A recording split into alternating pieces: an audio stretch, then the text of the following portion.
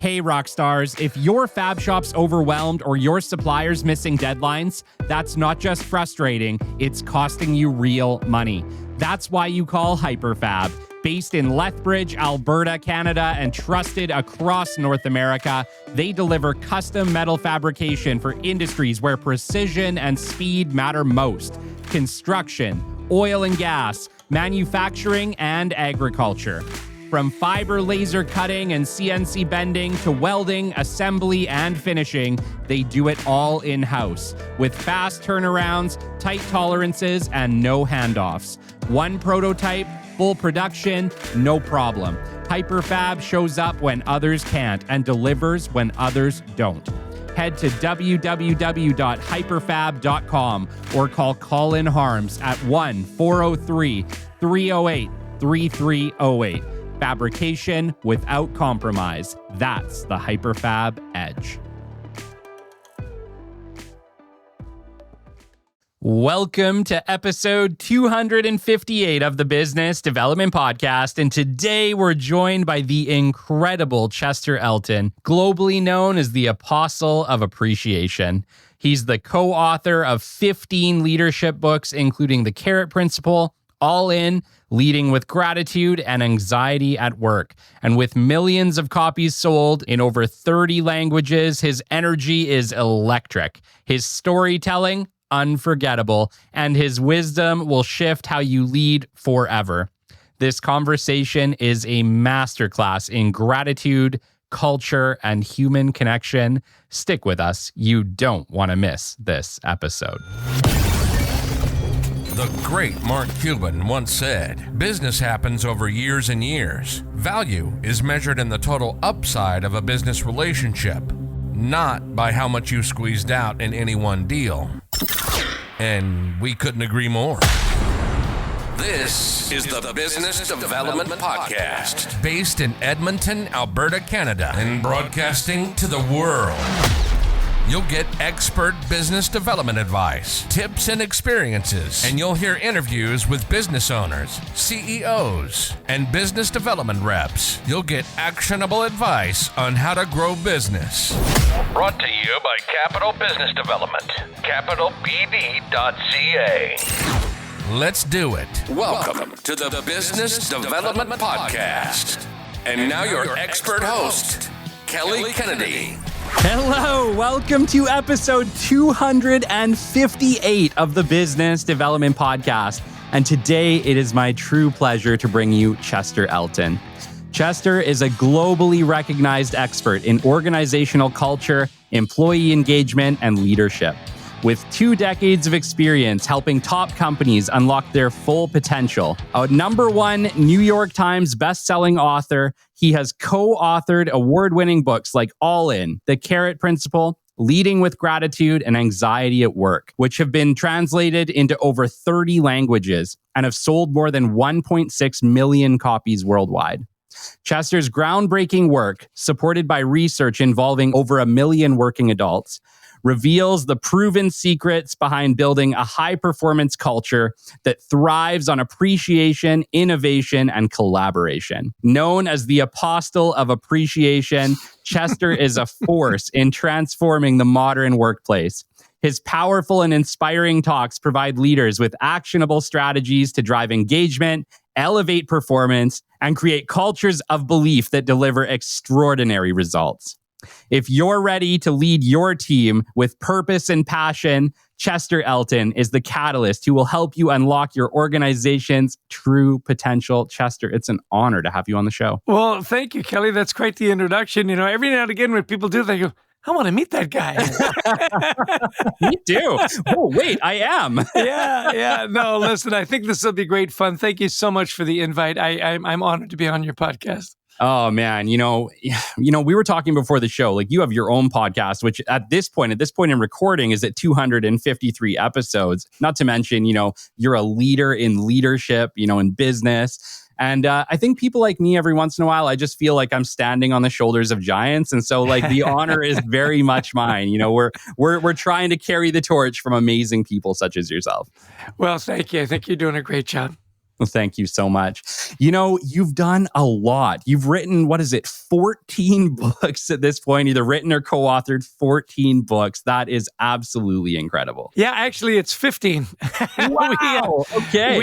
We self-published a book. We published with a lot of big publishers, and we were going through all this stuff. And the common thread in everything we do, Kelly, you'll notice is gratitude, right? Our first 7 books had carrot in the title, carrots versus sticks and the rewards and recognition. And it's really interesting. I got in the habit some years ago of keeping a gratitude journal. And I'm a big fan of how you start your day, how you end your day. And I called Adrian, all the books that have my name on it have Adrian Gostick's name on it as well. He's written some other books on his own. My books are all with Adrian. And it's really interesting. I said, this is crazy that we don't have our own gratitude journal. And let's just self-publish it. You don't need it to be a bestseller or anything like that. Just for our executive coaches or executives that we coach, and so on and so on. So, yeah, you don't have visuals on this, so I'll show it to you. But it's called The Gratitude Habit. Amazing. A 90-day journal to a more grateful life, and it's been well received. And so 15. Who'd have thunk it? Listen, if you talk to anybody that was in Hillside High School in West Vancouver when I graduated, and they said, "Wait a minute, you're a best-selling author?" Yeah. I always tell them, "Well, Adrian Gostick is my partner, and he's actually the writer." And they go, "Well, that makes perfect sense because you were very good at delegating stuff, So all good fun. No, it's incredible. Like, congratulations. That is unbelievable. Did you ever think that you were going to be a best-selling author when you wrote your first book? It's a great question. And the way we wrote our first book was kind of fun. I grew up in sales, and I was working for a company that sold recognition programs. You have a 5-year anniversary and you get an award. And I really liked it. I actually grew up in a broadcasting family. My dad was an announcer at CJCA in Edmonton. And we moved to Vancouver. He started to run radio stations, CKWX there, and CJazz at the time was the FM. And my dad always said, look, nothing ever happens until somebody sells somebody something. Go into sales, right? Yeah. And so we did. Well, as I was selling these recognition programs, and I loved that, the honoring people and their loyalty and dedication, I had a project with a consultant from an HR consulting firm. And I said, hey, I'd love to learn more about your company. And this was right at the very beginning of the internet, where people's web pages were basically a slide that said, call this number. It was their logo and a phone number. And ooh, that was so, so cutting edge. Yeah, look at that. It's on your phone. Anyway, so he said, let me send you a book that's written by our senior VP of international business. And it was called The Employee Equation, something like that. Okay. And he overnighted it to me. It had a bookmark, and I thought, this is genius. So I called our CEO, Kent Murdoch. He's since retired. We're still good friends. And I said, hey, Kent, if we published the definitive book on employee recognition, we would be the thought leaders. Thought leaders publish. And my job would be so much easier. People would call us because they wanted to talk to the thought leaders. I wouldn't have to cold call. I'm thinking, this is like a great idea. And he goes, ooh, I love that idea. Well, write the book. And I went, Ken, I don't think you caught what I actually said. What I said is we should write the book. In other words, you should write the book, and then I would benefit from this book. Yeah. And this was the moment, Kelly, that changed everything. He said, you know what? You're a smart guy. Figure it out. Isn't that interesting? Yeah. You're a smart guy. Figure it out. So for about a year, I played with ideas and titles and chapters, and symbolism would be a big part, and how you present the award would be. And then he called me back. This is a great leader. And he said, hey, Chester, I've been thinking about that book idea. I just hired a guy that's a writer. His name's Adrian Gostick. Introduce yourself. You've got all the ideas. He knows how to write the book. Well, as fate would have it, Adrian, born in England, his family moved to Canada when he was to Edmonton. And his dad worked at Rolls-Royce. Everything goes through Edmonton eventually, right?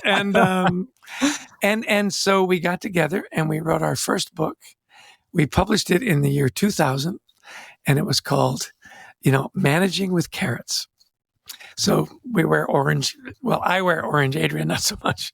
And it was the first book we wrote. Now, at that time, we had an idea, and Kent had a vision that we would write a whole library of Carrot books. Yeah. And so we kind of thought that if we kind of did it right, we could maybe build to it. Yes. And sure enough, when we were at that, we wrote 7 books, all with Carrot in the title.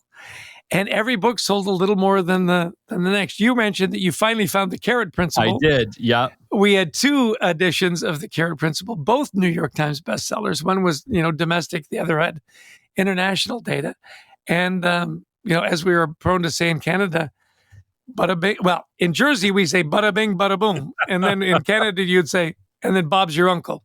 We worked really hard we got better at writing, we get better at positioning, better at marketing. Yeah. And then people would say, hey, I read your book. That was great. You speak on your book, don't you? We said, well, sure, we could probably do that. And we studied, speakers that we thought were really good. And then people said, we loved your speech. Do you have training? I said, well, we could probably do that. And we started to build out this little Carrot empire, with books and speaking and training, and then eventually executive coaching. So it's been a fun ride. It's been amazing. And first off, you are Canadian. And I think that's pretty cool. I don't think a lot of people would actually know that. Well, it is so, and so is Adrian. He's got a British passport. He's got a Canadian passport. I think he has an American passport now. He's this close to being Jason Bourne. You got all those some euros, some Canadian dollars, some American dollars, and a gun. And you're Jason Bourne.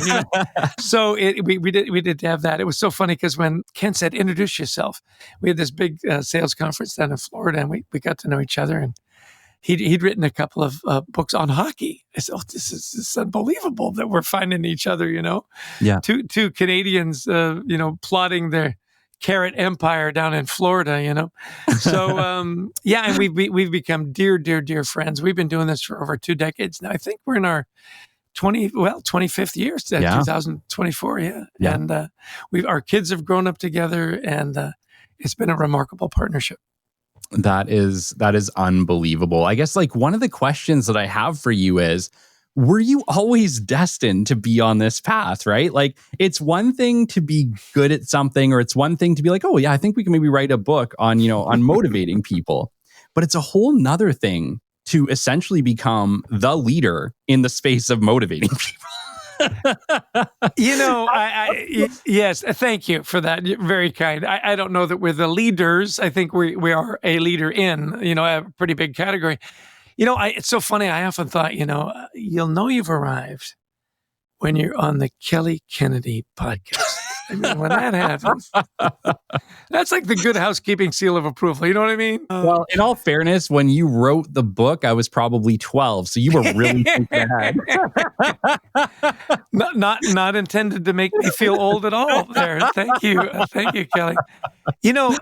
Destiny is an interesting word. I honestly believe that opportunity happens with hard work. Adrian is a brilliant writer. We've learned to collaborate really nicely together. We've had really wonderful people around us. Kent Murdoch, had he not supported us. We had the luxury of writing a book while we had really good full-paying jobs. Yes. And a company that said, hey, we've got 100 salespeople that are going to, schlep these books for you and get you on bestseller lists and market it, and a client base that we could tap into that were, just so kind and generous with, their stories and research and so on. So, yes, we've had a great ride, and we have a certain niche that we've, my kids, they say, we've got 4 grandchildren now, right? And my little grandson says, Pop, are you famous? Because we've got stuff on Instagram now, and they go, I see you on Instagram. I go, well, then you've arrived, right? I said, buddy, in a very specific space, in a very particular niche, your pop-up is somewhat well known. You're being very humble. Yeah. Well, it is. It's an interesting category. Like we deal a lot with human resource executives and so on. Yes. And so it's really like if you're in HR, you've got a copy of the Carrot Principle. You know, our salespeople love that. They'd go to.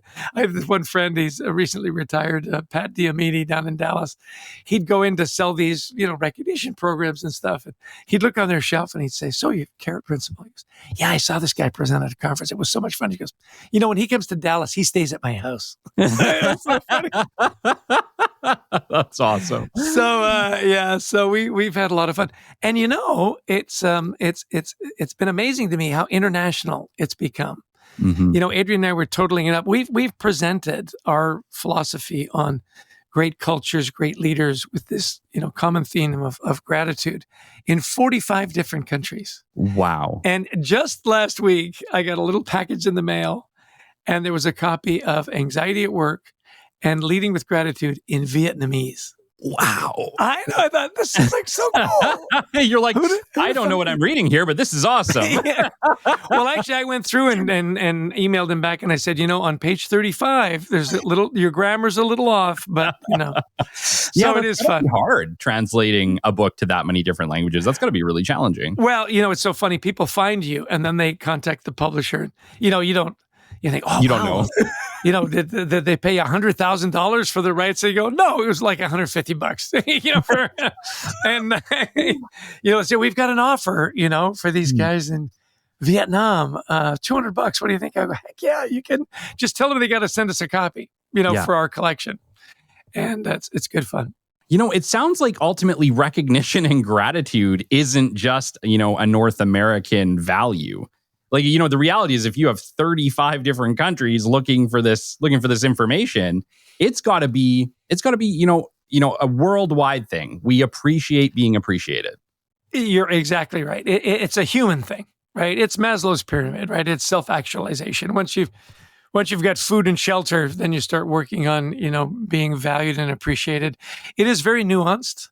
It's different in Asia than it is in South America, than it is in North America and Europe, and in France, I think it's kind of non-existent actually. But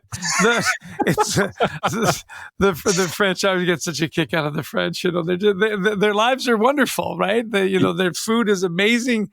When it comes to this kind of stuff, they go, eh. So it is nuanced, and yet there is always that. Is what I do important? Yeah. And am I valued? In our book All In, which is our seminal research on culture, we say, look, you've got to engage, enable, and energize your people. And part of energizing them is noticing what they do and celebrate it. That the definition is, I believe what I do matters and I make a difference. So if I believe that what I do matters every day, I show up, right?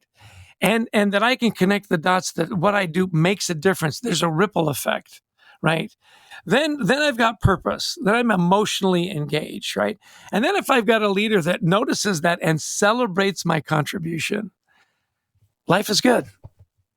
Stuff gets done. Why do we need a book on this? Like, I struggle with this because I think, like, obviously we like being appreciated, right?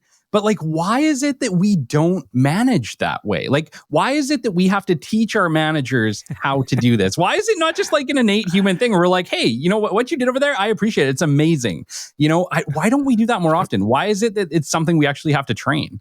Well, see, it comes second nature to you because you're Canadian, eh? I mean, the Canadians, what's your brand? We're nice, except when we got a hockey stick in our hand, and then all bets are off. I've got some crappy bosses too, man. I kid with you. I'll tell you what's really interesting is I do. My kids when they were young, they go, "Dad, what do you do? Like, what is it that you do?" Like, my buddy's dad's a lawyer. My buddy's dad's an accountant. My buddy's dad's on Wall Street, whatever. I said, I kind of travel the world and I remind people to say thank you, and they go, "Huh." You have to remind them to do that? And they go, yeah. Yeah, you do. And, it comes back to human nature that we just want to get stuff done, and so we're checking the boxes. And unfortunately, the human side of business of gratitude and recognition and saying thank you is seen as a soft skill and a nice to have, not a must have, a nice have, right? And so it's really interesting. What we really want to do is reposition all of that and say, look, it's not a soft skill, it's a power skill. And it's not a nice to have, it's an absolute must have. And where it really came into focus was the pandemic. because people really were suffering. We were separated from our tribes. We were isolated, and we really needed to know, is everything going to be okay? Yeah. And is what I'm going to do, is it valued? In most cases, do I even have a job, or do we even have a company? Sure. And so this idea of being able to be human, to care about each other, to cheer for each other. I always say, look, you want to be a great leader, you got to do two things. Well, three things. You've got to be a lot more empathetic than you thought you had to be in years past. You've got to be a teacher and a coach and a mentor, right? And you've got to be kind to your people. You just do. And if your people know that you care about them, the dynamic changes dramatically. So many great books are written. I love Kim Scott's book, Radical Candor. She said when they first published that book, people thought the title meant it gave them license to be mean. Right? I'm going to be radically candid with you. So brace yourself, keep your dukes up and protect yourself at all times, right? Yeah. And the thing is, she starts it starts with the relationship. You've got to have a great relationship. People need to know you care. And then, you can be radically candid about where people need to improve, things they need to do, how we need to move this project forward. Isn't it interesting? It always comes back to that human relationship, right? Totally. And, I've had the pleasure of interviewing Lou Adler, Liz Ryan on the show, where we talked heavily about relationships, specifically with Liz Ryan. She has a book called Reinvention Roadmap, which is awesome. And it really talks about how there's a huge monumental shift happening in business right now, where if people are unhappy for any reason, they're out. Like, trying to keep people in an organization has never, ever been harder. Would you agree with that? Oh, 100%. And in the States where I live now, and in Canada as well, look, if you're talented, you've got options. You can go somewhere else.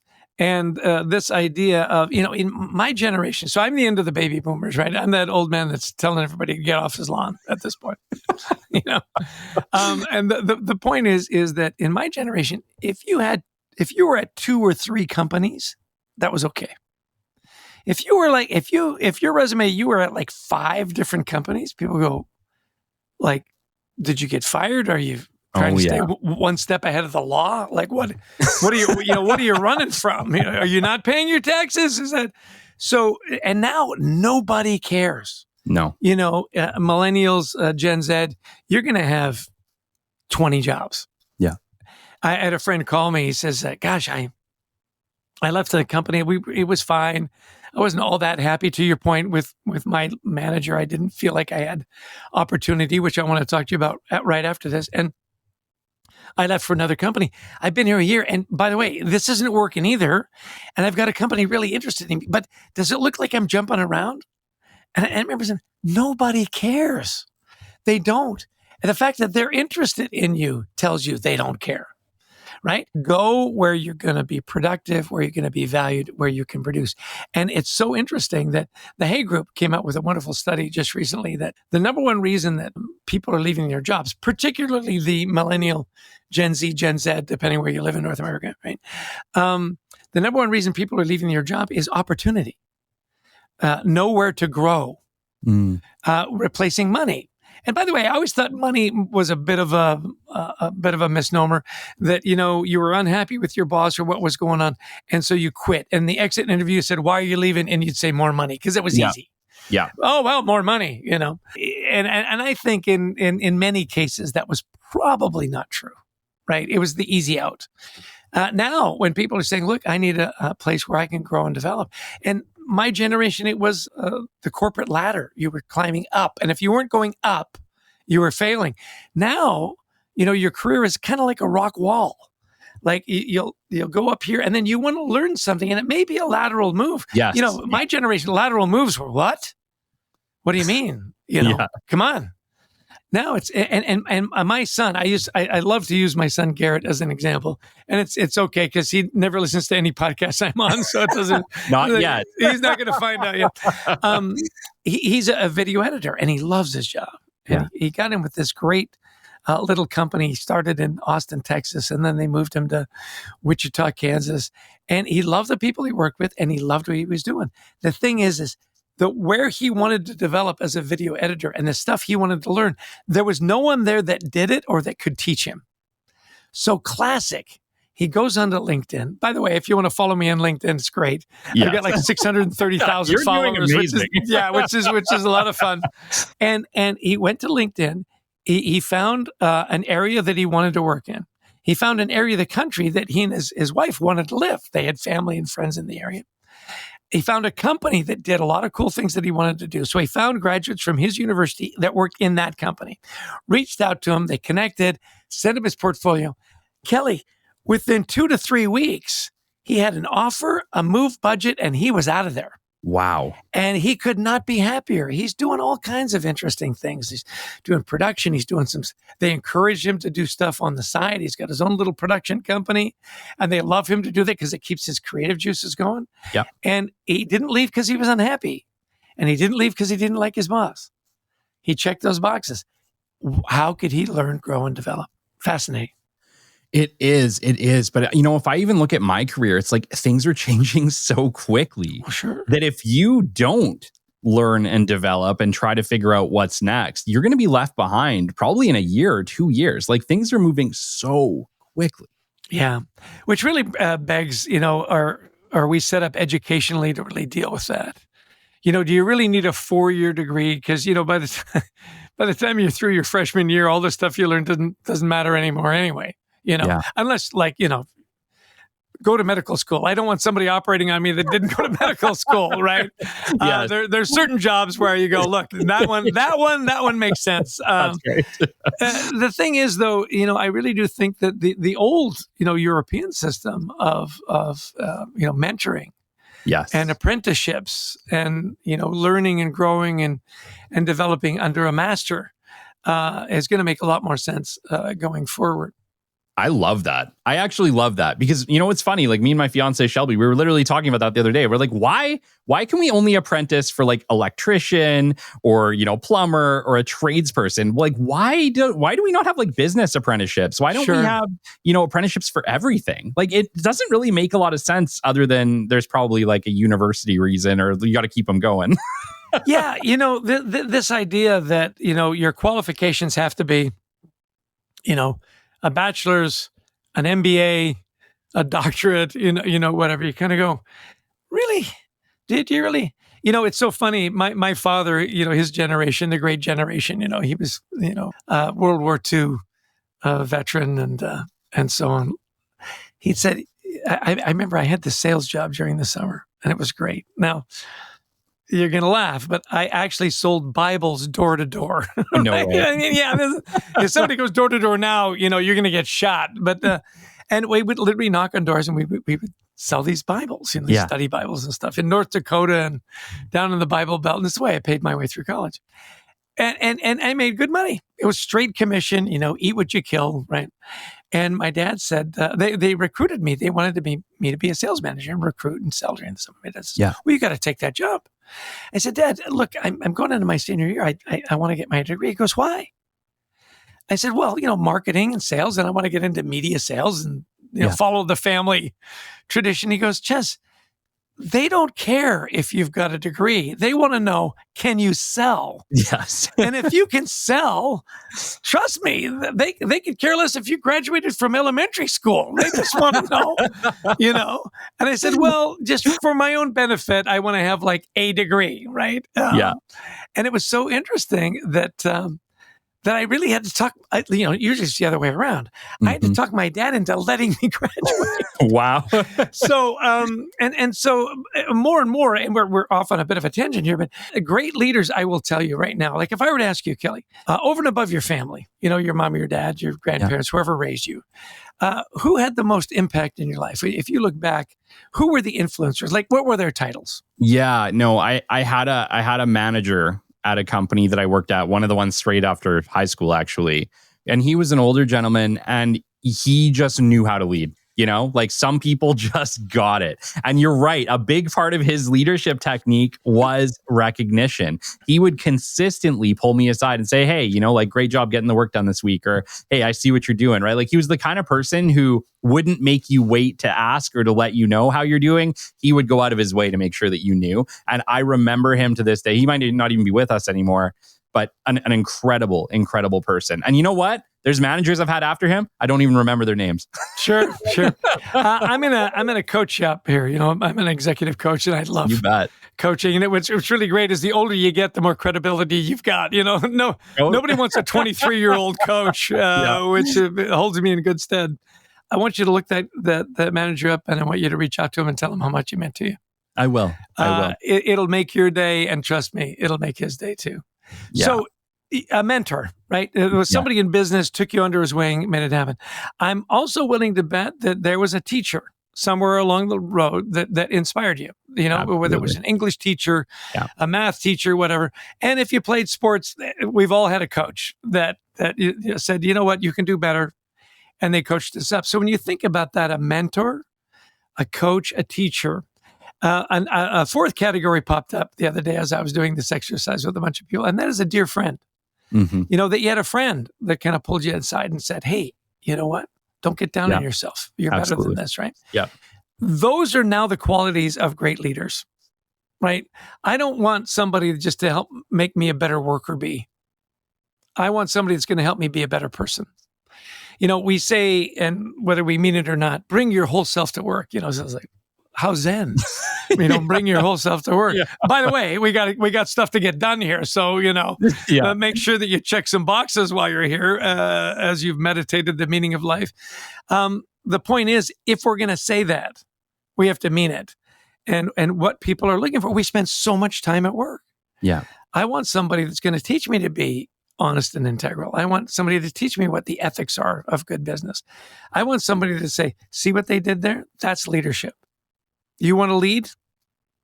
Figure that out, and that's what's going to attract the best and the brightest. Now, I know you have a lot of young entrepreneurs that listen to your podcast. As you start out, make sure you surround yourself with some wisdom. I always say, look, get some gray hairs in the room. Now, your listeners can't see me. I don't have any hair anymore. I've got a gray beard. Maybe I should say that. Have some gray beards in the room. Tap into that wisdom. There's a lot to be said for that. We've gotten away in society from that generational wisdom. We go to Google and we trust Google before we trust our parents. And it's not right. That's not good. That's not healthy. Get some gray beards in the room and listen to them. They've had experience.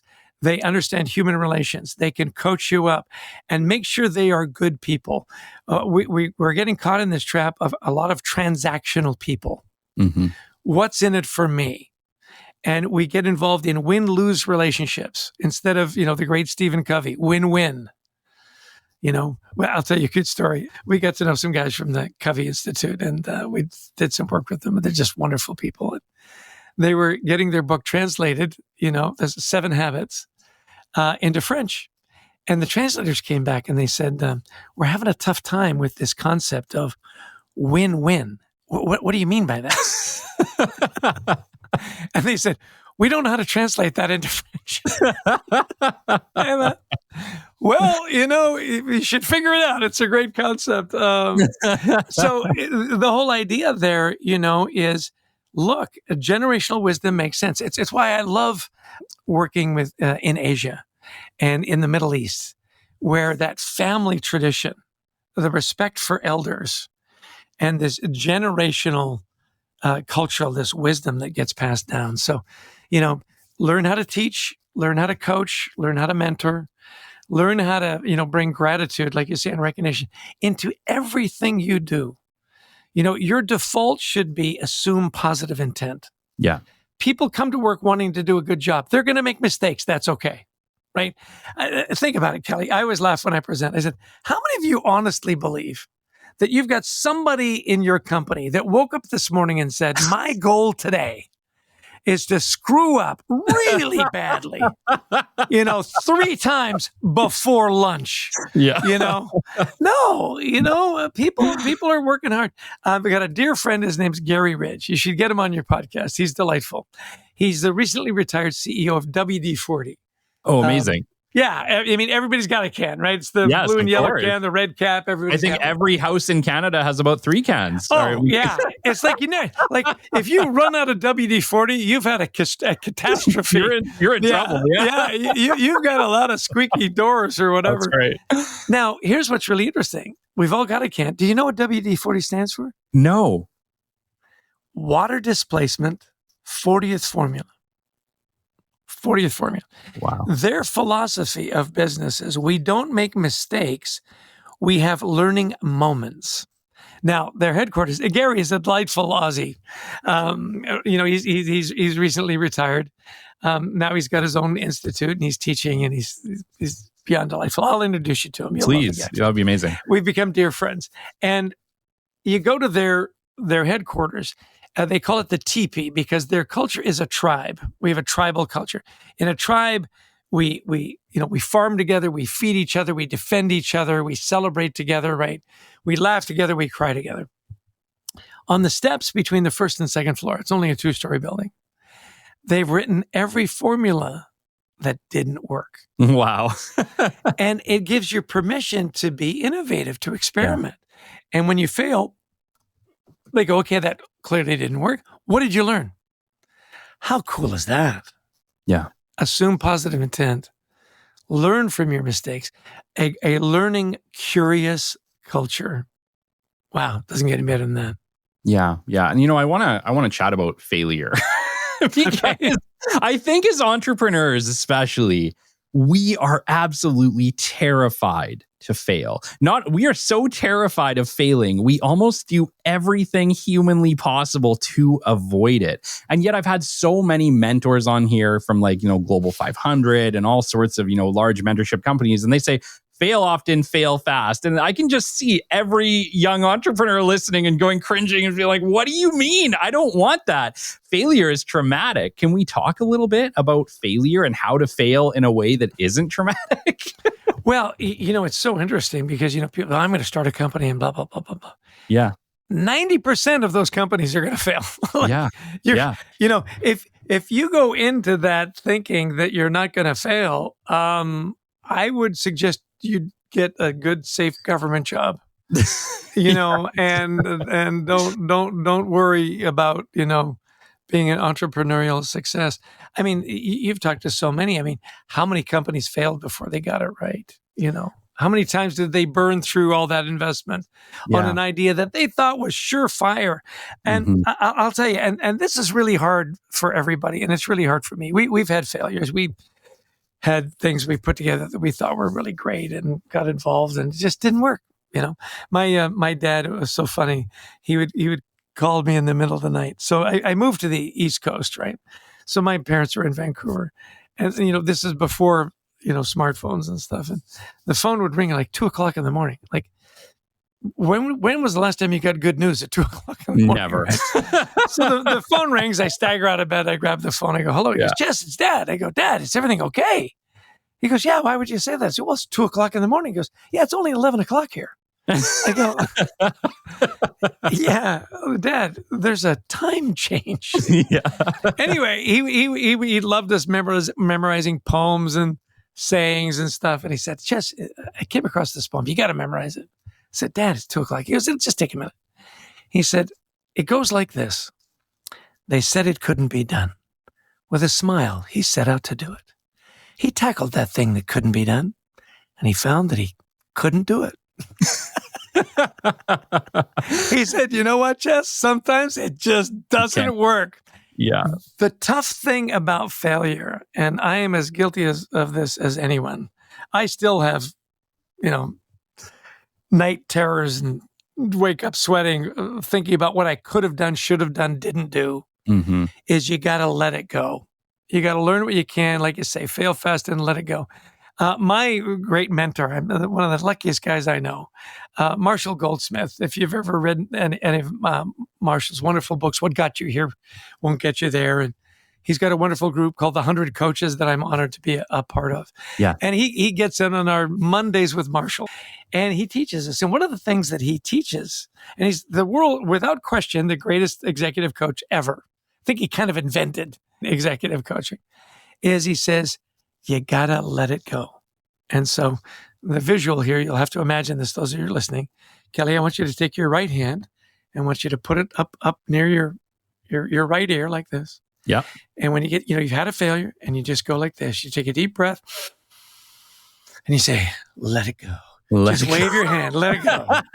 Just let it go and move on. And there are times when I use the two-hand thing, it's really dramatic, let it go.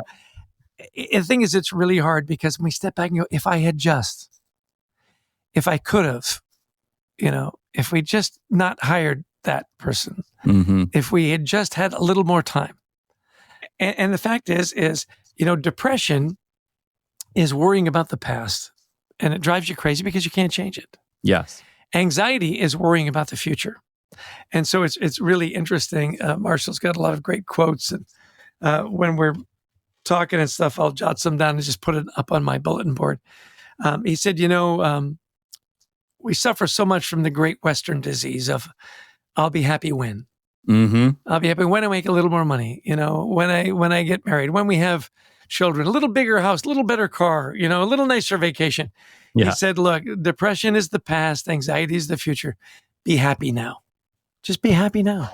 Yeah. It's so hard to stay in the present. And yet that's where real joy is. Look, my dad said, I said, how's it going? Daddy said, I woke up on the right side of the grass. It's going to be a good day, Okay, let's talk about be happy now. You're absolutely right. Every entrepreneur, so many of them that I talk to, I kind of ask them like, hey, did you ever find balance? Did you ever find that like work-life balance where you're just like genuinely happy? And I've talked with so many successful entrepreneurs on this show. I talked with one of them who literally sold his company for $400 million. And I asked him, I said like, work-life balance, like, did you achieve it? And the answer was always, almost all of them said yes, but there was a lot of sacrifice along the way. And unfortunately for a lot of them, I had a couple of them say it wasn't worth it. And they went through divorce. Their relationship with their kids is just gone or non-existent. Maybe they did, succeed, but at the cost of their own mental and physical health, or they had to suffer for a block of time. And, I'll talk to ones now that say, well, yeah, now I live this balanced life. And it's like, I work 4 hours a day and life is great. But it's like, they got there later. Like there was this like period of time where they had to suffer, where they had to work, 10, 15 hours a day to get things done. And then they eventually achieve it. But I guess I struggle with that because for me, everyone I've talked to where it kind of feels like they ended up somewhere where they felt like they had balance, they had to pay a pretty epic price to get it. Yes. And I will tell you that, look, if you want to be extraordinary at anything, you're going to be out of balance. You and I are hockey fans, right? And you bet. Yeah, Connor McDavid. Does Connor McDavid have work-life balance? Not a chance. It's not a chance. No. Right? The thing that you've got to do while in that pursuit of excellence, and this is where the graybeards help you out, right? Is you've got to make sure that you're carving out time for what really matters. I love the great Stephen Covey when he said, look, and I just read a book recently about hospice care. And they would talk about what people would say on their deathbeds. And, Covey would always say, no one on their deathbed says, I wish I'd spent more time at work. Yeah. Nobody, right? He talks about writing your obituary. What do you want people to say at your wake? Like, do you want to, look, when your time comes, right? Do you want people to say, Kelly, man, I love that podcast? Yeah, maybe, you maybe want that to be part of the conversation. What you want them to say is, you know what? Best friend I ever had. Yeah. A husband that cared about me, right? Best dad you can ever imagine. So you can get there. You can get to excellence without sacrificing if you've got a good moral compass, if you really understand what's important. So I'm going to recommend a couple of books to your listeners, if that's okay. Please do. First off, Leading with Gratitude, Anxiety at Work, buy them. Those are my books. Yeah. They're on Audible. They're on Lit Video Books. Everywhere you can find a book, you'll find those books. One of my favorite books is written by Clayton Christensen. Now, Clayton Christensen, for your entrepreneurs, is really famous for The Innovator's Dilemma, right? Went on to teach at Harvard. The book that you want to read, though, is called How Will You Measure Your Life by Clayton Christensen. It's not a long book. It's great and audible, right? And he says this was the last class he would teach at Harvard every year. In fact, he got cancer. He passed away just a few years ago. They had him speak at commencement because this class would be just packed to the rafters because he'd say, bring your girlfriends, bring your partner, bring your wife, bring your friends. And he would answer 3 questions. He says, look, you're going to get a degree from the Harvard School of Business. Stop. It doesn't get any better than that. I want you to figure out how am I going to develop a career that is meaningful and that I love? 2, how am I going to develop deep and meaningful relationships? And 3, how am I going to live a life of integrity and stay out of jail? Now, that last part, was a bit of a joke. And yet, as he tells the story, he says, look, we would have these 5-year reunions and they, at Harvard, they'd roll out the red carpet because they want your money, right? And he says after 5 years, it was maybe, people were doing interesting jobs and interesting locales. And he says it wasn't lost on me that a lot of my classmates had married spouses much better looking than they were. They had all the trappings of success. He said as the years went by, that group got smaller and smaller. To your point, dysfunctional relationships and divorces and, children that wouldn't talk to him and on and on. And yet, in business standards, they were ridiculously successful. Yes. He said 1 year, we had one of our classmates made $100 million in 1 year. Wow. And it was the same year he went to jail. He was the CEO of Enron. Oh, no. So he talks about a life of integrity, and this is getting to the work-life balance. Yeah. He said, be careful when people ask you to do something just this once. Just this once. Mm-hmm. If you'll do it once, you'll do it again. And he tells this story. He said, look, I grew up in a very spiritual family. He's a Church of Jesus Christ of Latter-day Saints, as am I. We're Mormons, right? Better known as Mormons. The Christians formerly known as Mormons are now, we've gone through this rebrand and our name takes you 5 minutes to say. We digress. and he was working for this big, consulting firm and his boss comes and says, Clay, Monday, biggest client, really want to make sure we've got it all dialed in. Sunday morning, 8:00, we're all getting together. He goes, boss, I'm so sorry. I should have told you. We're very devout in our faith. Sundays is our day of worship. I don't work on Sundays. He goes, Clay, what are you talking about? It's our biggest client. We're not going to do this every Sunday. This Sunday is really important. You got to be there. He goes, boss, I'm telling you, my wife and I, when we got married, we had non-negotiables. And one of the non-negotiables is I don't work on Sundays. I'm sorry, I won't be there. He goes, goes back to his team, comes back, says, Clay, respect your beliefs. Fine. Saturday morning, 8:00, we're all going to get together and work on this pitch. And he goes, boss, I should have told you. Saturdays is our day for our family. I've got 3 little kids. I work really hard all week, and my wife and I decided that Saturday was going to be family day. I don't work on Saturdays. He goes, Clay, you're really important to this team. You've got to be kidding me. It's a Saturday. It's one Saturday. He goes, can't do it, boss. Goes back. He's fine. Comes back. He says, I've talked to the team, Clay. We want to know, do you work on Fridays? Now it becomes a funny story. The fact is, though, if he'd gone to work on that one Sunday, then he said, well, what are you talking about, Clay? You did it for that client. You got to do it again. And he would have lost his spiritual connection, his spiritual community, if he'd started to work on Saturdays. Yeah. He wouldn't have had time with his family. So now, did Clayton Christensen go on to be extraordinary? Absolutely. And married for over 50 years, great kids, grandkids, a man of faith, a man of family, remembered not just as a great business person, which he was, a great teacher, a great mentor, a great dad, a great grandpa, a great friend. Yeah. You can do it. Make sure you carve out your non-negotiables and make sure that you have time to develop deep and meaningful relationships. Another book you should put on your list, The Good Life by Robert Waldinger. 85-year study now of what creates a long, happy, and healthy life. It's not good genes. It's not a good diet and good exercise. It's not money. It's not fame. It's deep and meaningful relationships. Yeah. Married people are happier than people that aren't married. People that volunteer are happier than people that don't. People that go to church or have some kind of spiritual guidance because they have communities around them, right? There's people in their lives that care about them over and above their families. It's a brilliant book. It's a brilliant read. He's got a wonderful TEDx talk. It's 12 minutes. Treat yourself. Robert Waldinger is the happiest guy you'll ever know. Jewish by tradition, but a teacher, a mentor, and over and above all of that, a Zen Buddhist priest. Wow. Yeah, I know. We had him on our podcast and said, "You are now officially the coolest guy we've ever met." Yeah.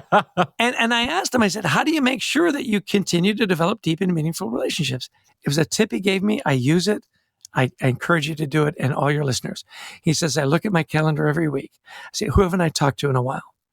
Who am I having breakfast with? Who am I going to lunch with? Who are we inviting over for dinner? Who just needs a little note in the mail? Who needs a little call, a little text?" And I'm telling you, I've done it hundreds of times at this point. I'm always amazed when people will text me back and say, "How did you know? Wow. How did you know I was having a tough day?" Yeah.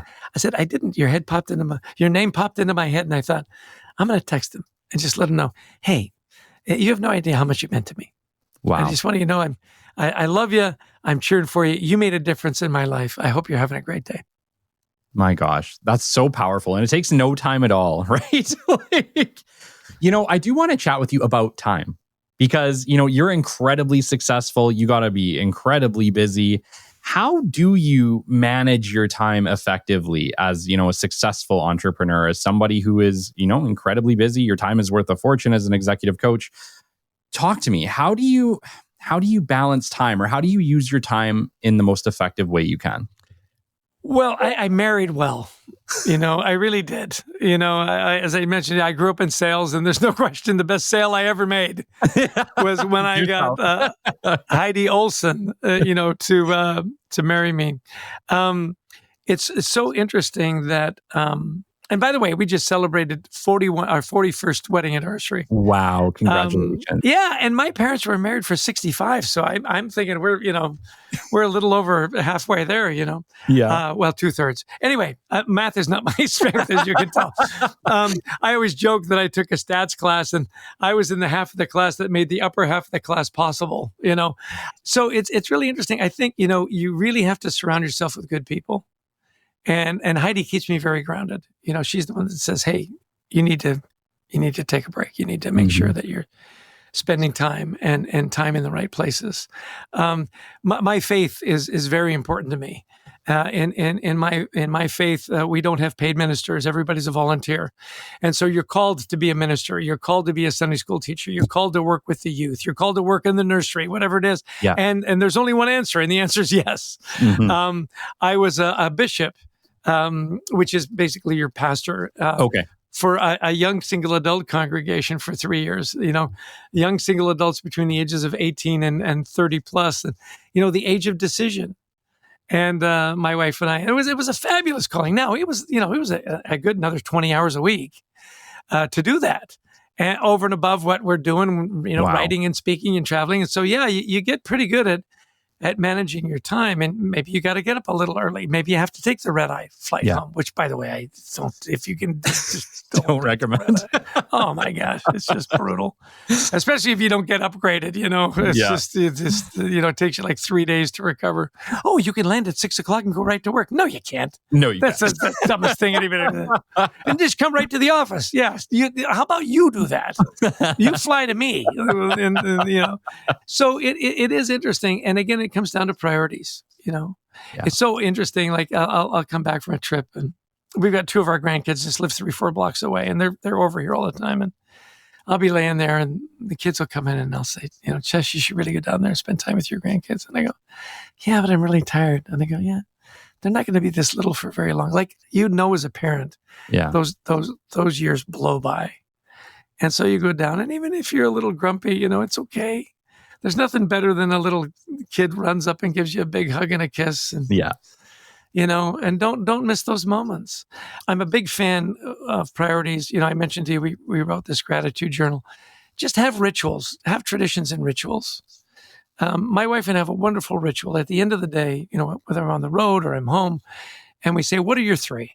What are three things you're grateful for today?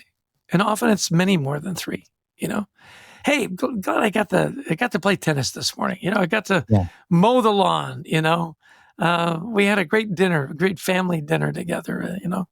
I finished a good book, went for a good walk, connected with an old friend.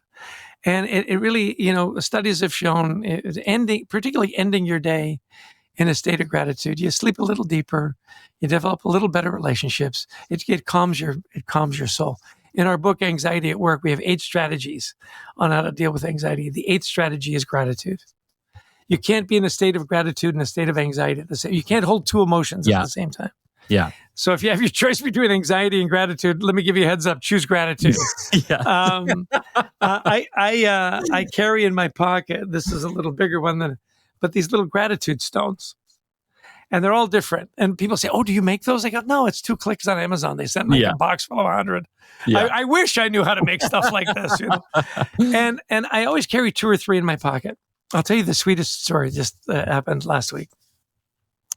And people do something great, or clearly they love their job and they make it fun for you to do whatever, whether it's buying something at the airport or, getting your rental car, or just, in your town, serving you that deli sandwich, And I always say, hey, listen, it's clear that you love your job and you've made this so much fun for me and my family.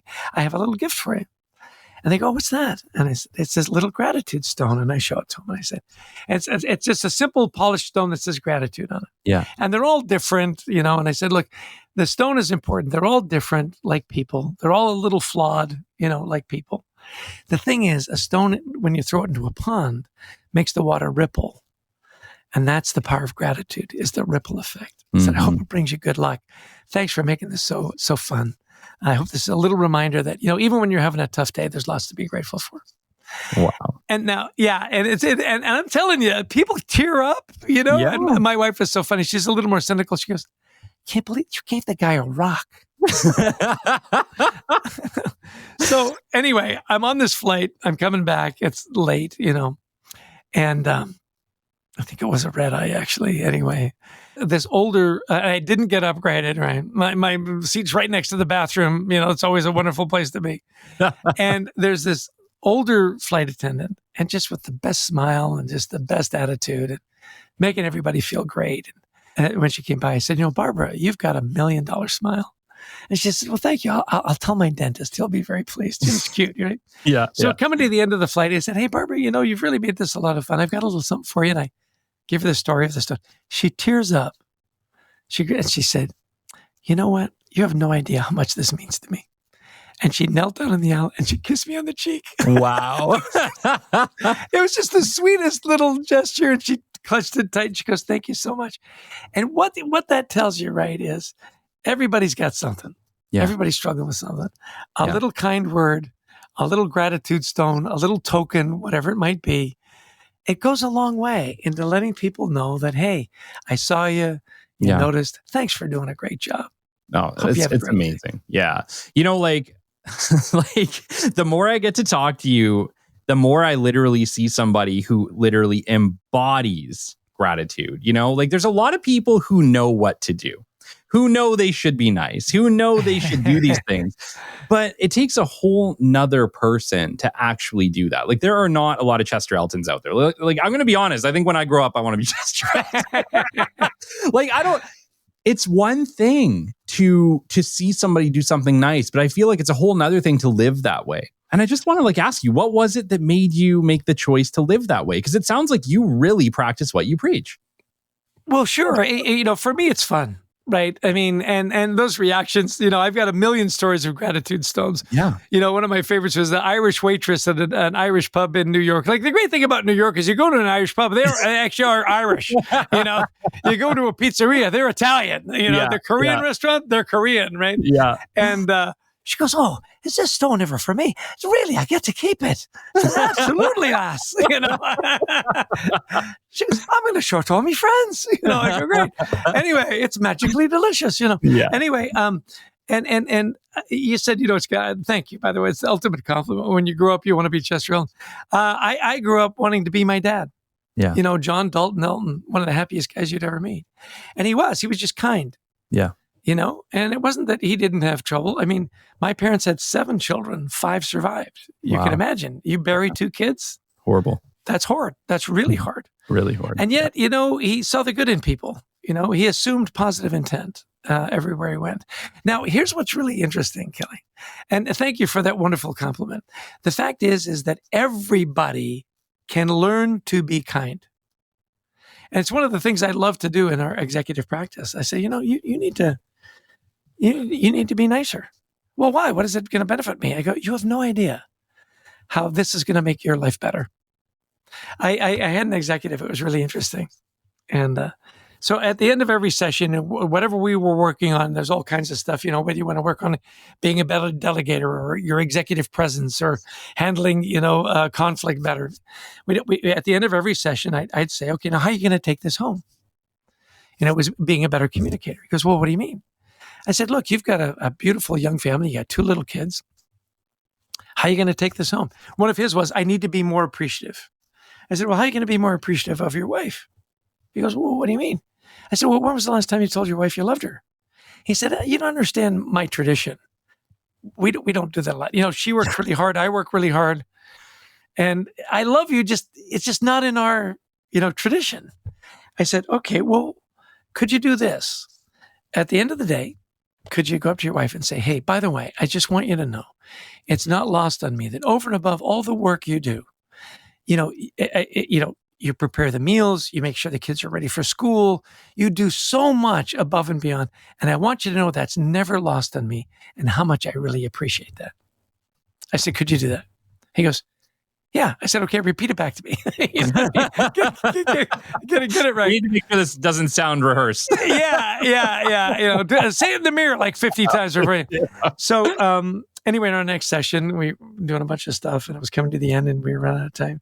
And he said, oh, by the way, I want to tell you what happened with my wife. I go, oh, yeah. Tell me. He said, I did exactly what you told me. I said, over and above all you do, and it's not lost on me, and I really appreciate all the work you put in. And I said, what did she say? He said, she didn't say anything. I went, it didn't work, I said, really? She didn't say anything? She said, no. She just came over and gave me the biggest, and best hug ever. I was like, I knew it would work. And what's really wonderful is at the end of that coaching engagement, we did the debrief. And I said, look, how did it work? He goes, look, I'm a better leader. I'm a better manager. Our team is happier. We're more engaged. We're more appreciative. He said, but I got to thank you because over and above all of that, I'm a better husband. I'm a better dad. Yeah. Wow. That must have made you feel amazing. Yeah. And right. I mean, at the end of the story, isn't that what you want? Yes. And so this idea of, well, it's just not in my tradition.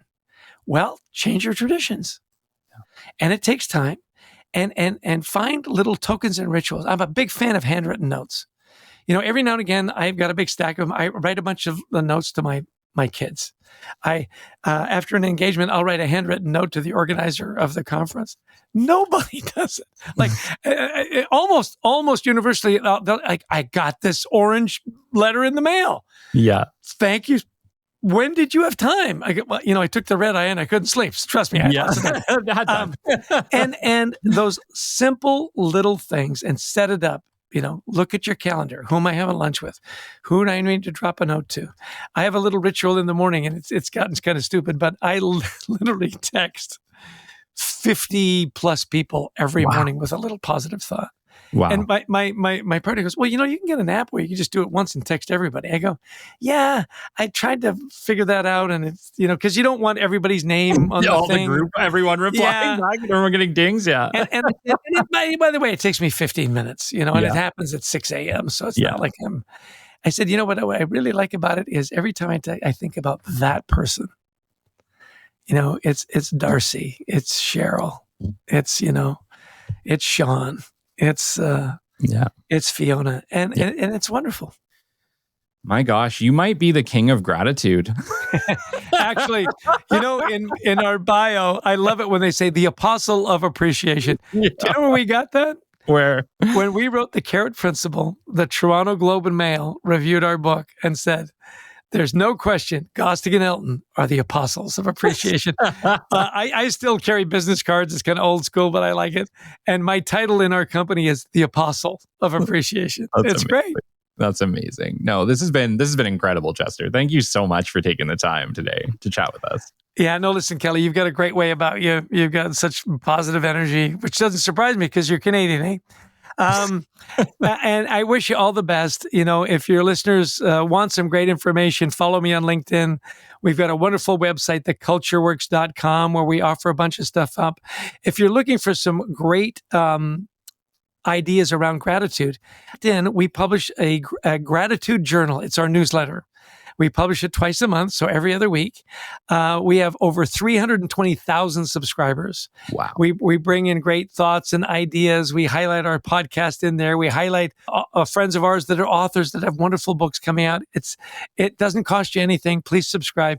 And you can actually subscribe for a monthly text that we'll send out to you with a little positive gratitude message. So there's lots of helps out there. And trust me, leading with gratitude, having gratitude practices, it's not just a better way to lead. And we have a 1 million person database to prove it out. The data is irrefutable. It's not just a better way to lead.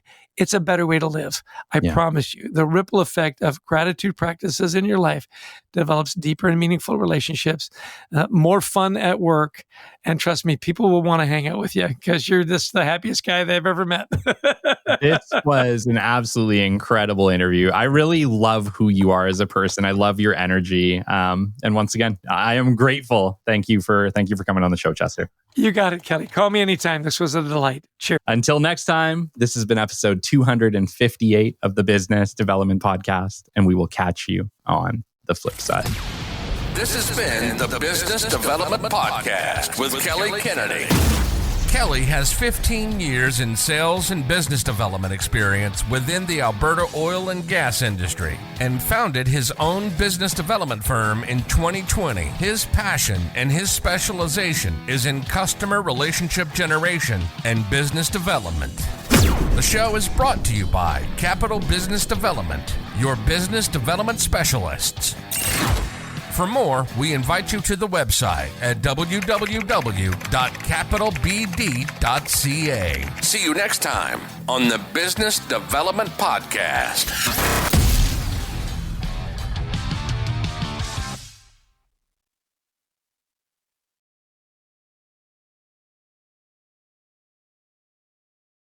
Hey, rock stars. If you've been on the entrepreneurship journey for a while, you know this feeling. In all the interviews, in all the coaching calls, one truth kept coming up over and over again. Leadership is lonely. Business development is lonely. And entrepreneurship is lonely. You can't just talk to anyone about it. That's why I created the Catalyst Club, a private, values-driven community where you can speak the truth, be your authentic self, and connect with people who understand what you're going through and can actually help. We made it private so you feel safe. We made it affordable so no one gets left out. And we built it on values that matter, like showing up, sharing knowledge, and choosing growth over ego. Inside, you'll find coffee with rock stars for real talk and connection, unplugged Q&A for live coaching and clarity, and Catalyst sessions with world-class experts who light a fire under your next move. We're building the most supportive business community on the internet, and we want you to help us do it. Join us today at kellykennedyofficial.com. We're just getting started.